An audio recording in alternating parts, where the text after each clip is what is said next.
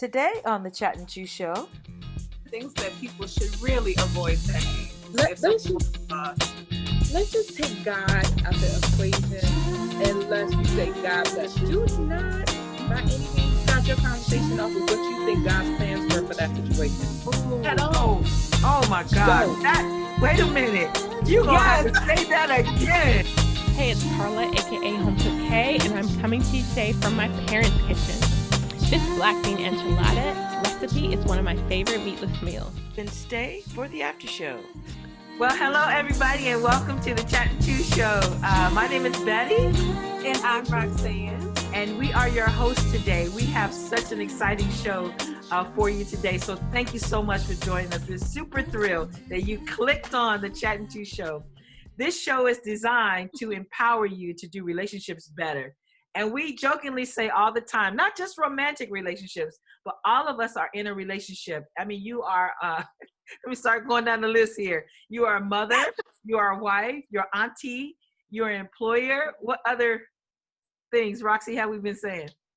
You're a good DoorDash person. Thank you. You're a good Amazon Prime truck driver. Yes. And hey, you're a healthcare worker. We really appreciate you. A Zoom teacher. Good Lord, do we appreciate you. Yeah, so we're excited that you joined us today. Roxy, the show today, I think is going to hit everybody because of the pandemic that we're in. By the way, you guys, you can see we're still doing our Zoom interviews, but I can remember a few years ago, actually quite a few years ago, my husband and I had been married for about 7 years, and I wanted to have children, but I wasn't all like, let's have some children. I wasn't that type of person. But after 7 years, I ended up getting pregnant, and I was excited about it. I was still working full time, and I went to work one day, and while I was there, my stomach started hurting. Well, the interesting thing is I had a doctor's appointment that day anyway. So I was going to go to work and then go to appointment. My stomach was hurting while I was there. So I go to my regular doctor's appointment, and the doctor was, checking out my stomach, and he said, I can't hear a heartbeat. And he said, but don't worry.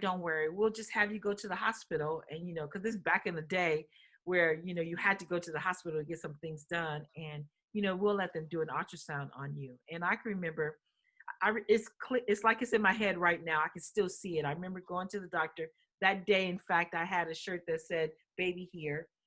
And I think I was about 4 months along or something like that. And I go to the doctor's office, to the hospital, and get up on the ultrasound table, and they're searching. The tech is searching, and the tech calls the doctor, and they're searching. And no one's really saying anything, but I know something's going on. My husband's in there with me. And they say to me, Mrs. Jones, I'm sorry, we can't hear a heartbeat. And I don't know if you've ever been in a situation like that, where you've been expecting something. We're preparing for this brand new baby, and we can't hear the heartbeat. And I remember being so heartbroken. And if the hospital staff at where I was, it just felt like they were like, let's just go on with what you're supposed to do. Okay, now we need you to go to Suite A and talk to, Maria in there, and she's going to set you up for another appointment. I remember standing at the counter at Suite A, and the lady's like, yes, can we help you? What are you here for? And I couldn't even get words out. I couldn't even say it. And my husband is trying to say, we just lost our baby. And they're like, oh, okay, do you want to go in the waiting room? That kind of thing. I was numb. I couldn't even think. And I remember my friend who lived across the street from us, we, of course, they were good friends of ours. We told them, what happened. And they didn't really say anything. They just said, come with us. Just come with us. And they had their brand new baby. Their baby was, 6 months old or something like that. They took us to a park, and I'm ready to cry just thinking about it because it's so fresh in my head. And threw out a blanket, and we sat on the blanket, and she just let me hold her baby. They didn't try to preach to us. They didn't say, God's got a plan for, they didn't say any of that. I just sat there and held, they let me just hold their baby. And I can't tell you the kind of healing that brought to me in that moment. Well, about a year later, we ended up getting pregnant again, and I ended up having my son. And you guys, that was 25 years ago that happened. Wow. But what that taught me was, when you lose something, how you grieve through it is big. And then how people respond to you when you grieve to it. Just stay tuned, guys, because we actually have an expert in grief and loss coming up to talk to us about just what to do in those type of situations. She also is starting her new blog called Good Mourning Life, and we're looking forward to talking to her. So stay tuned.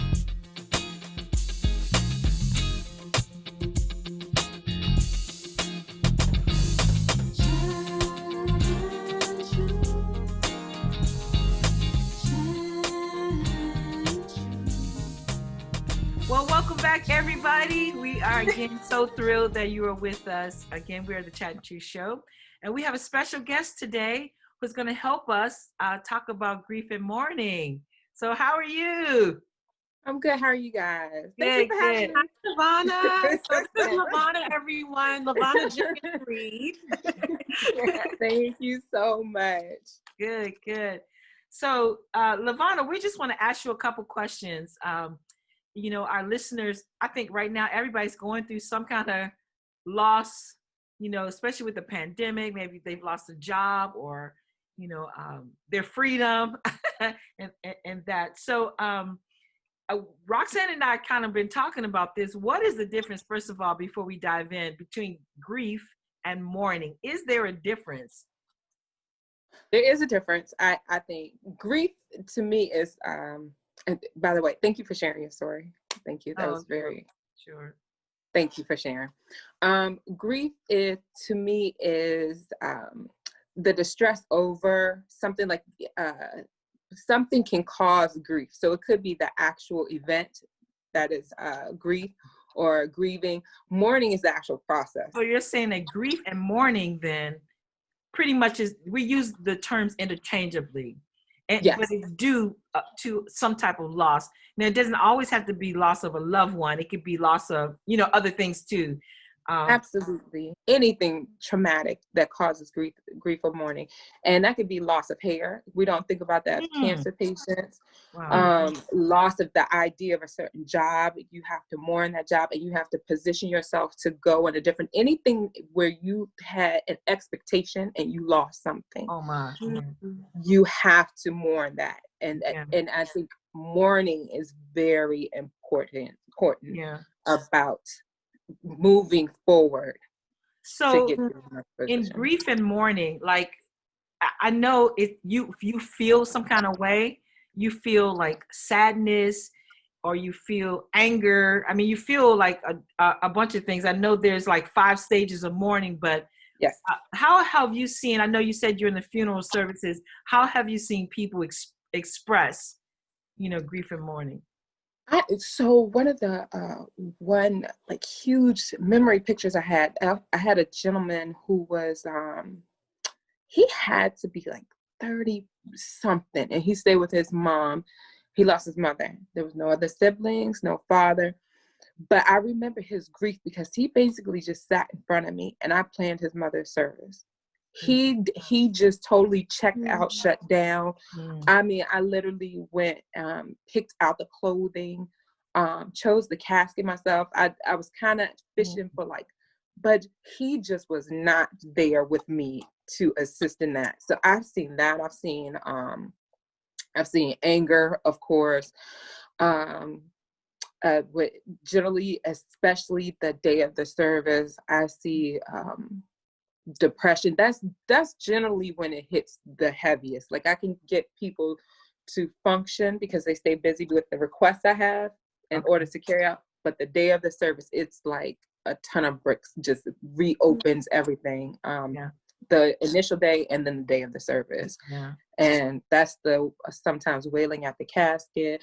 I notice also if there's unfinished business, like the person that didn't come around, that should have come around, they usually cry the hardest because they can't resolve that.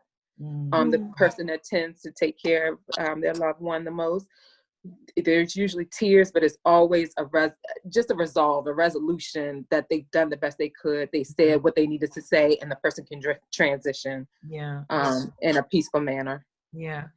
So I went online to find out what the 5 stages of grief are. And if you could just speak to these a little bit. So, and these aren't in order. And I found out too that people they can be out of order. They don't have to. Out of order.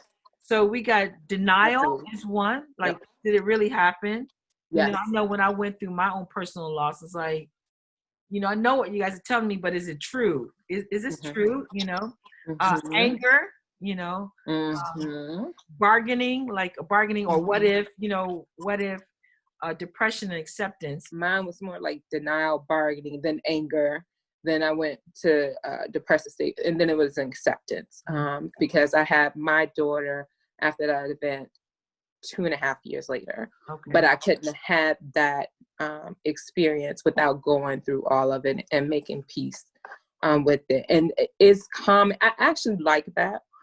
I remember hearing of somebody kind of like the gentleman who didn't acknowledge it. And I mean, type A personality, didn't acknowledge it and was starting to feel the effects of not accepting or acknowledging that the death, like trying to go on. And it was so subconsciously ingrained in her mind that it was just manifesting its way out, and she didn't even recognize it. And it was her father that passed. And I think she only acknowledged it the day of the service and then tried to go back and didn't realize like her life was becoming imbalanced because she didn't accept her father's death. One of the things that I see most of is if the person passed of like a fire. During COVID season, we weren't allowing people at one point because we didn't know how it affected the funeral directors, but we weren't allowing people to see their loved one. And it was a denial thing. Like that memory picture, that lasting impression of having the funeral service helps jog the grief process. If you don't acknowledge or you don't have the funeral service, people have a hard time moving forward. And it's a thing. It feels like if you've had a loss, you have to grieve. Like it's not like a step you can, like, okay, well, it's gone now. Let's move on. Yeah. Right? You gotta go through it, right? Yes. Yes. Is there a time limit for grief? Like, you know, some people say, I think it's about time, she should be over by now, or, you know, it's not healthy. Do you think there's a time limit? I do, but it's probably not the time limit that people would expect. So I would say to grieve, and it can take years, to be honest. I will give years. Yes, but if someone becomes stagnant in their life to the point that they're depressed and not moving, so depression generally halts things, right?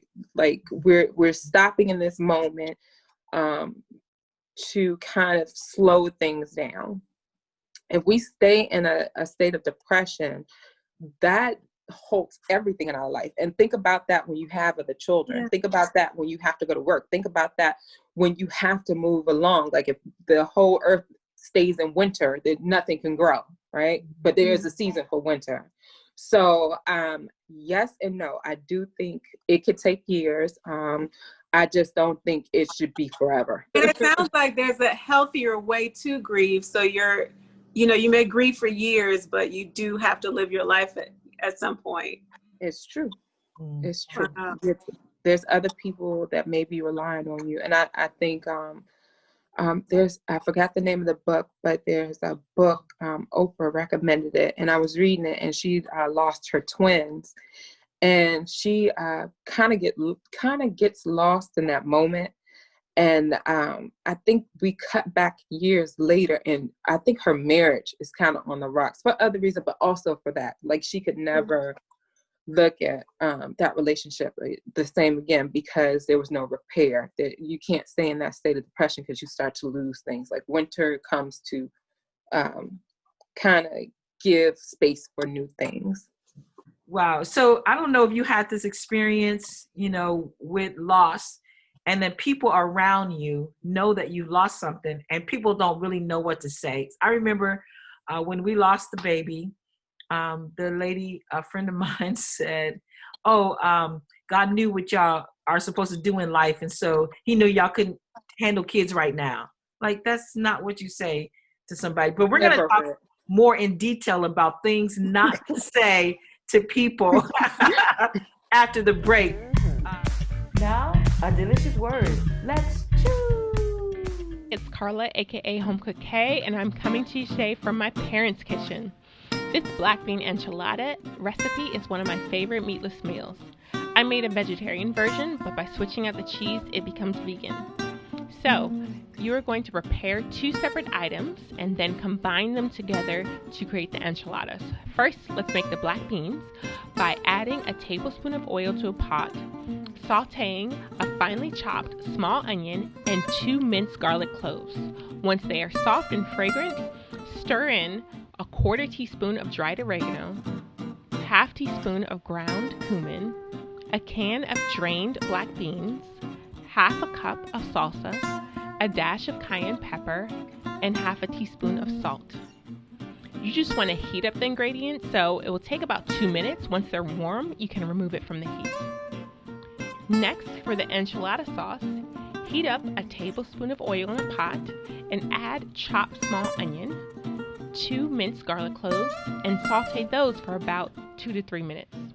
When ready, stir in 1/2 teaspoon of cumin, 1/2 teaspoon of dried basil, 3/4 teaspoons of dried oregano, 2 cups of tomato sauce, a tablespoon of maple syrup, and you want to salt and cayenne pepper to taste. Bring the enchilada sauce to a boil and reduce the heat and cook for about another 5 minutes, and then remove it from heat to allow it to cool. Preheat your oven to 400 degrees and heat the tortillas on a skillet. You'll need about 6 tortillas. Next, let's assemble the enchiladas. Place 1/2 cup of enchilada sauce on the bottom of your casserole dish. Place the tortilla in the dish and add 2 tablespoons of black beans and some cheese, about 2 tablespoons of cheese. Roll the tortilla and place the seam down. Continue the step for all 6 tortillas. Place enchilada sauce on the tortillas and then sprinkle over cheese. Bake it for 20 minutes and you're done. You have a delicious, healthy dish full of flavor. I hope you enjoy it. Welcome back. Wasn't that good? That looks so yummy. I need to go to her house. But so if you have been joining us already, we are talking to Miss Lavana, and she is telling us just things to know about grieving and loss. And now we want to talk about things you should never, ever say if you're trying to support someone during this bad time. So, Lavana, what are some of the things that people should really avoid saying if someone's lost? Let's just take God out the equation unless you say God bless. Do not by any means start your conversation off with what you think God's plans were for that situation. At all. Oh my God. Wait a minute. You're going to have to say that again. Let's just take him. We love the Lord. We love him. He heard our cry, but take him out. Oh my gosh. Wait, Here. this is hold on. This is a whole culture shock. Don't represent God like that. Don't sit there and presume to know. If his ways are higher than our ways and his thoughts are not our thoughts, then I suggest you keep your mouth off them thoughts. That's what I suggest. Anything that has to do is except for God bless. God loves you. That's the only thing that should be said. But it's God's time and it's God's will. God knows. We know. Just have several seats, please, and thank you. Girl, that was so. That was so good. Oh my gosh, I'm about to write that down. But it's such a culture shock, though, right? Because especially if you're in church, like where people are mostly grieving, then people want to talk for God. They want to speak for God so badly to try to help people make sense of it, and you just can't make sense of stuff right like that. Don't bring up anyone's issues that you have with them after they pass. If you did not talk to them directly, it would not behoove anybody to talk to a representative of theirs, a family member or anything like that. If even I believe in sorry about that. It's my daughter. Okay, of course. Okay. I believe, and she's gonna call back again. Bella is determined. I believe that you should resolve that with that person, even if it's writing a letter to them after they pass. But bringing it up to the widow or the widower or the daughter or the son, not appropriate. I like the idea of writing a letter though, Mm-hmm. because it is like someone wants to kind of take care of their unfinished business, and like you talked about earlier, they may have trouble grieving themselves because they didn't resolve something with that person, but at the same time that person can't solve it. So if you at least write a letter, you get it out of your system. Yep. And you kind of can talk directly to that person via that letter, and then leave it on the table then. I agree. So, I like that. So are you saying if they owe me $25, don't go up to the widow I've and heard say, that. you know, they owe me $25 still. $25. Now, sometimes that's a joke, and it just depends on the mood, because sometimes it's funny. As a matter of fact, my father passed, and my cousin, who I'm very close with now, made a joke like that, and I wasn't close with my father. But one of the few memories I had, I got up on the microphone and I said, my cousin happened to say he Uncle Larry kept borrowing XY dollars. And I got back up and I said, well, thank y'all for letting him borrow XY dollars, because it went to the little candy, the little things he did do for me. I bet that was that y'all borrow money. So I want to thank everybody in the audience for the few gifts I did get, and I appreciate it. Is there anything else that people should not say? Everybody must be present. Because acting like it didn't happen is also a problem. So carrying on a conversation, knowing somebody's in trauma, also bad. So more or less, it's easier to say, if you need anything, I'm going to give you your space. Can I do something? Because you don't want to, everybody grieves differently. So you don't want to invade the space by bombarding them with something. So even in your healthiness, you have to be mindful that everybody grieves differently. So just your presence. Sometimes it's just a hug. Sometimes I'm here. Sometimes I'm a phone call away. Sometimes it's food being dropped off. Just your presence and presence sometimes. I know there's people that don't eat. I've had to feed a couple people at their funeral home because and I just do it. Sometimes, did you eat? Get them a cup of soup. That's right across the street. Just feed them and then let it be and let them go about their day. But now they're satisfied. So it's just being present. Yeah. Good. Wow, this is really good. You know, our show is designed to empower people to do relationships better. And to me, this is one that it's tricky, you know, because you want to be there. You want to say the right things. You know, you don't want to be hurtful. You don't want to add, you know, to their grief and that. So this was really, really good. This is helpful. Yeah. Can you tell us about your blog and just some things you're doing just in light of COVID to help people grieve? So Good Mourning actually started from Good Grief, my little random, I feel like Issa Rae, my little random sermon somewhere in my journals. And I was just like, it was definitely an eye-opener as to how to handle that a little bit differently and navigate being on both sides, being on the side of the funeral director and then being on the side of someone who's lost someone or something. And I sincerely appreciate my counselor who helped navigate me through that, especially as an African-American female. Sometimes we kind of don't acknowledge that we need to talk to somebody or talk this out in a healthier manner. Number one, I wanted to be sensitive to people who lost, especially parents. That was hard for me. So part of Good Mourning Life is I plan to dedicate some cremations and some funeral services to parents that have lost their babies or infants. Also counseling sessions. And I want to talk about that. And then also on top of that, finally, is to have a conversation about funeral services in general. Because I think another part of the issue in grief is expecting death not to happen. Yeah.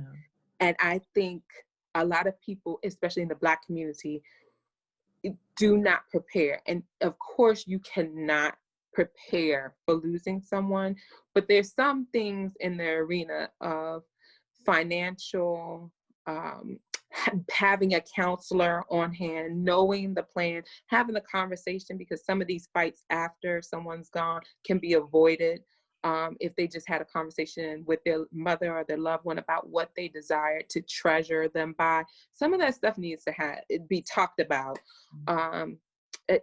Some of the questions on the death certificate, people don't know the answer to. What is mama's name with maiden name?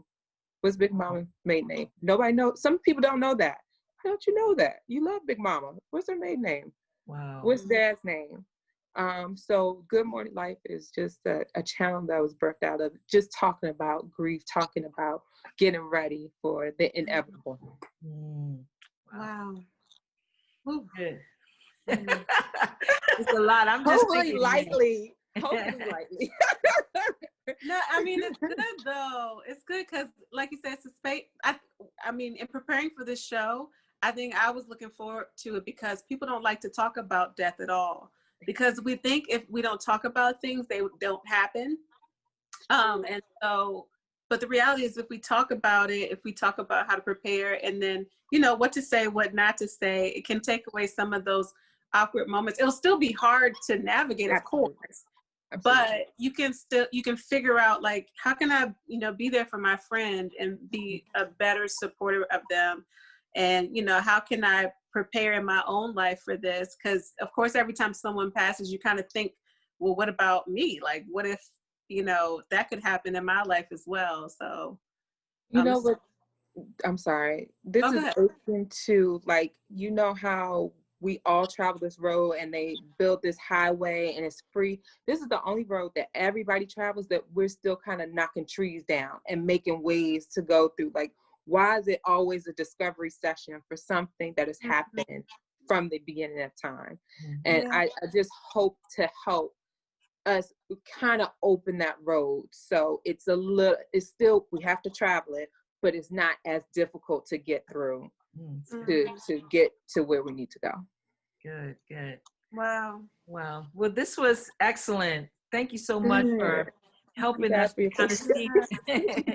Thank you for helping us to see things way different. I think one of the big things I took away from it on what not to say to people is that whole, this was God's plan. I mean, that just set me free on a whole bunch of levels. So thank you for that. So the next time I'm with someone who's experienced some type of loss or grief, I know I'm not going to say anything about God other than God bless you. God bless you. God bless you. That is all. That's it. No more. Good. Don't try to get super creative. Right.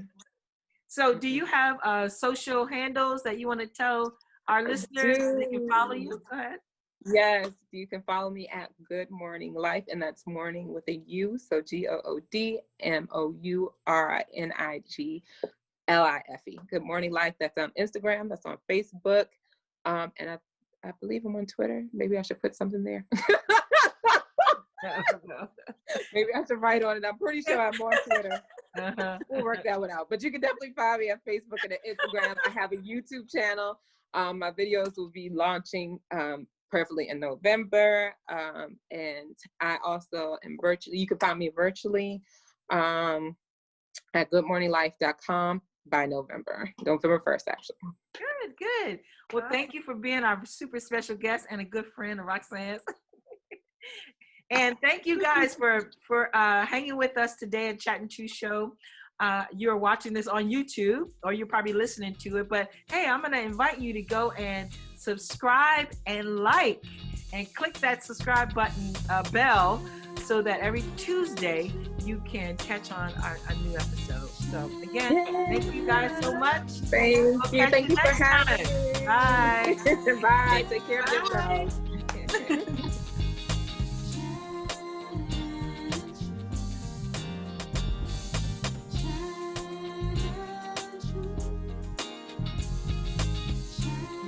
Loss, and this show helped me because it's not only loved ones that you lose in grief, but it's things in your life that you it's Roxy is my therapist.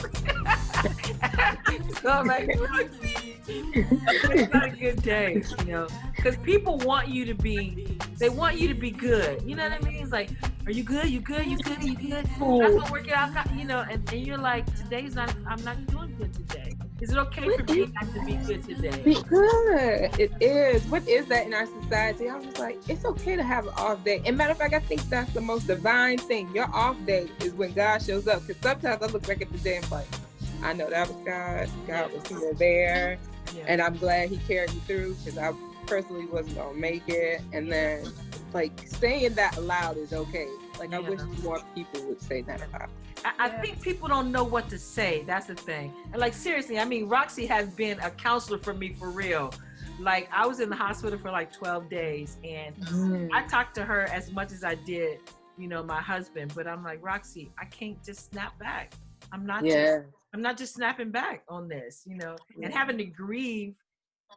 Look, I'm about to cry again, but having to grieve the way my life was, I'm not that anymore. You know, now I have to navigate. I'm going to be different, you know? Yep.